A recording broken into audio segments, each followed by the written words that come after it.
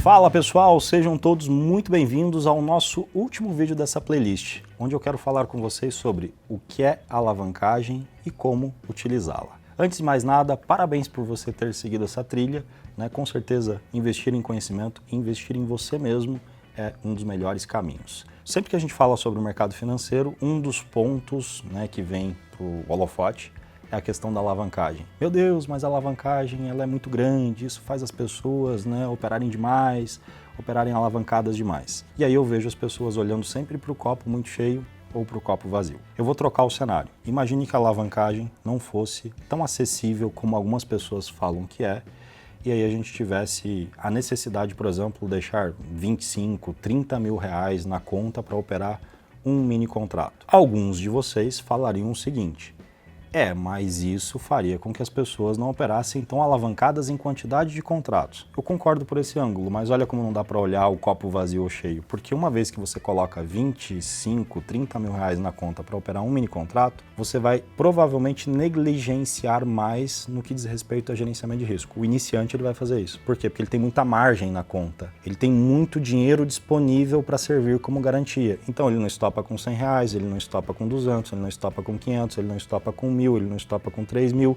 ele não estopa com 5 mil, ele não estopa com 15 mil. E aí eu sei, né? A gente tem um ângulo diferente aqui para falar sobre, com 30 mil reais ele só vai conseguir operar com um contrato, e aí via de regra, até bater esse financeiro é uma variação bem grande. E sim, é uma variação bem grande, isso é um ponto positivo, mas tem um ponto negativo onde para ele vai se tornar algo que talvez, para o trader, né? Vai se tornar algo que talvez ele passe a negligenciar mais o gerenciamento de risco, percebe? Agora troca o ângulo, né?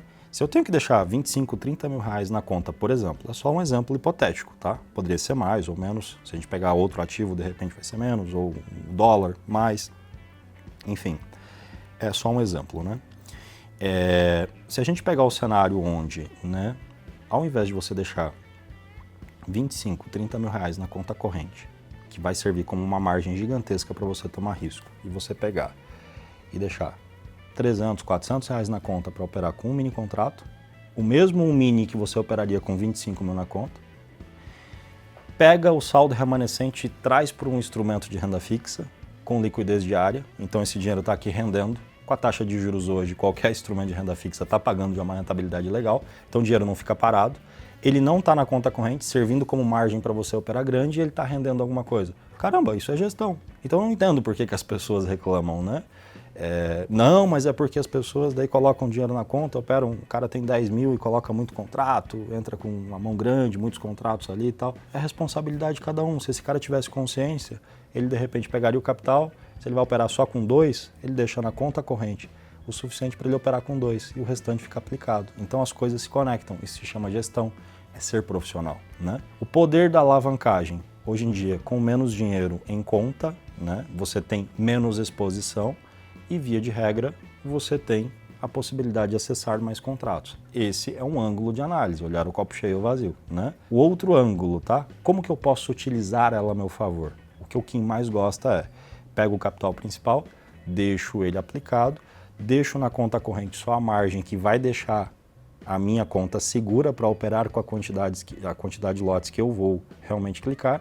E no pior cenário, se eu tiver um dia de fúria, o dinheiro que está na conta é só a margem do dia. Então eu não tenho aquele risco exorbitante. Se eu pegar 30 mil reais e deixar na conta, entrar com 200 contratos, por exemplo, e pular um stop, a corretora vai entender, o sistema de risco vai entender que eu tenho 20 mil reais de saldo, que eu tenho 30 mil reais de saldo. Então, em qual momento eu sou zerado, entendeu? Olha como existe um ângulo diferente, por isso que não dá para olhar para o copo cheio ou vazio. E aí, vamos para um outro cenário, tá?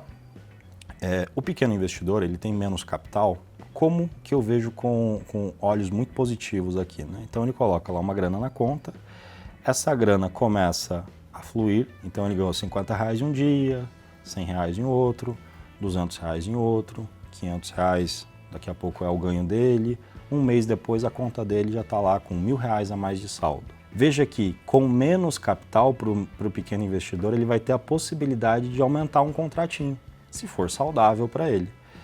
E eu ensino na minha metodologia uma parada que é muito interessante e que não é a realidade da grande maioria, que é de você começar em um trade com 2 contratos, daqui a pouco você ter um ganho e usar esse ganho como alavancagem para financiar, quem sabe, mais 2 contratos.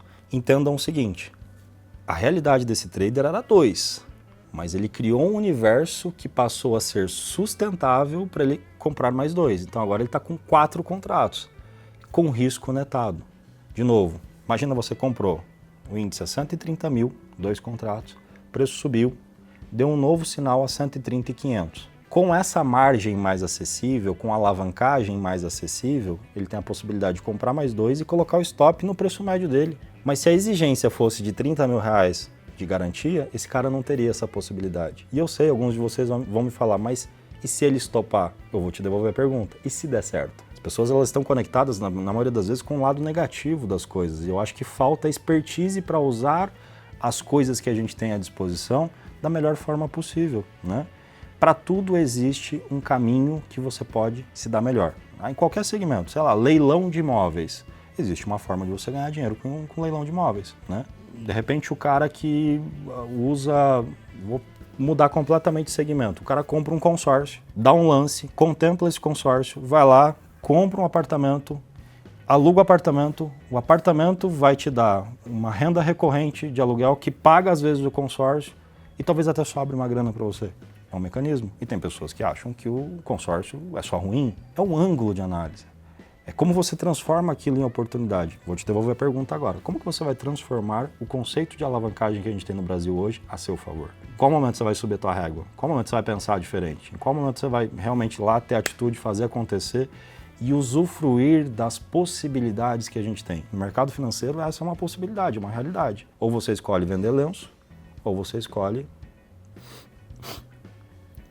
Produção, tem um lenço aí? O tempo todo tem esses 2 cenários. Eu tenho certeza que você quer ser o cara que vai vender lenço. Você quer vender lenço? Aproveita a oportunidade que você tem, senão você vai ter que sentar e chorar provavelmente, né? Eu acho que esse ângulo é o ângulo mais legal. Então, de novo, como eu acho que é legal usar? Sempre quando a gente vai aumentar o tamanho de mão, que seja quando a gente está com gordura. Vou fazer analogia porque eu adoro analogia. Você tem uma empresa, a empresa está crescendo, e você está com vontade de expandir o negócio. Você vai fazer isso, cara, quando o caixa está no negativo ou quando você está ganhando dinheiro? A empresa está crescendo. Qual que é a hora de você montar uma filial, de comprar o concorrente? É quando você tem dinheiro em caixa, certo? Daqui a pouco você tem 2, 3, 4, 5 filiais, daqui a pouco você virou uma grande rede, uma grande companhia. Então, o empresário, quando ele quer expandir, ele reinveste. O caixa vai crescendo, ao invés dele pegar o dinheiro e comprar uma Ferrari, um iate, uma casa na praia e tal, e torrar o dinheiro, não. Ele pode até usufruir do dinheiro, mas ele segue reinvestindo. Como que o trader reinveste? Como que o trader de 1, 2 contratos, ele reinveste? Usando um pouco do que, muito do que, né, as alavancagens permitem. Então ele começou o dia com 2 contratos, a semana, o mês dele tá bom, e em algum momento do dia ele tem a possibilidade de comprar mais 2.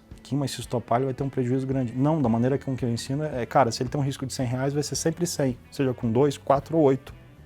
Porque ele foi controlando o médio a seu favor. Que se der errado ele vai devolver o ganho, mas e se der certo? Ele vai ganhar o dobro, o triplo. Essa é a minha mentalidade com relação a isso. Então, a forma correta de usar a alavancagem do ponto de vista do Kim. Gostou do vídeo? Então, quer ter esse poder de alavancagem? Quer começar a testar isso na melhor corretora? Na corretora com foco no público trader? Clica no link que está aqui na descrição, abra sua conta, aqui você encontra as melhores plataformas, você tem corretagem gratuita ativando a RLP, você tem análises todos os dias, aqui no nosso canal do YouTube, transmissões ao vivo todos os dias e claro, né, toda a infraestrutura para você que quer operar e investir no mercado de renda variável. Um grande abraço do Quinzão e a gente se vê em uma próxima playlist ou em um próximo vídeo por aqui.